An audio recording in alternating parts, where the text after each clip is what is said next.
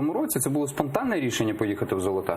Ну, взагалі, я знав, що мої товариші, теж екс-бійці полку Азов, вони планують поїхати в Золоте, долучитися до акції «Ні капітуляції» та «Останній блокпост».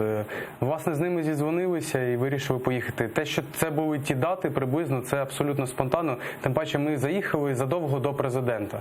Тобто ми туди поїхали у вівторок, в середу були в Золотому, і той час ми провели до зустрічі з президентом вже в Золотому. Навряд чи можна сказати, що ми настільки зарані знали, що він туди приїде. Тим паче ми взагалі не знали. Ми дізналися, що він в Золотому тільки в день його приходу за годину до того, як він зайшов. З товаришами поїхали підтримати таку ініціативу, тому що в нас є певний досвід і є позиція з приводу цього питання. І яка у вас позиція? От ваша особиста? Дивіться, я бачу дуже багато ризиків щодо цього розведення, яке анонсується, і я не бачу якихось бонусів для України в цьому процесі, що ми отримуємо натомість. Тобто ризики ми отримуємо, а якісь дивіденди, не знаю, глобальні, геополітичні чи перемовні, я їх не побачив. Поки що я для себе не можу їх знайти, навіть якщо дуже буду старатися.